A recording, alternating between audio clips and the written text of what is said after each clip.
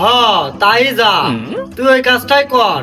ফকিরি ফকিরির মনের কথা বুঝবে না, তুই বুঝাইয়া কইছে নেই নে যা। তাও তো সে 200 বুঝলো না। लेकिन एक सेकंड ওই বাড়ি কোনো মানুষ নেই, পরে আইসো। কও কি বাপু, আমি তো তোমারও মানুষ মনে করিলাম।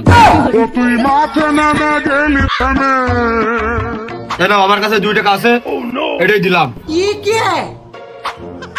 বাপু এই 2 টাকাও ফেরত নাও, যদি টাইস কিনা টাকায় শর্ট পড়ে।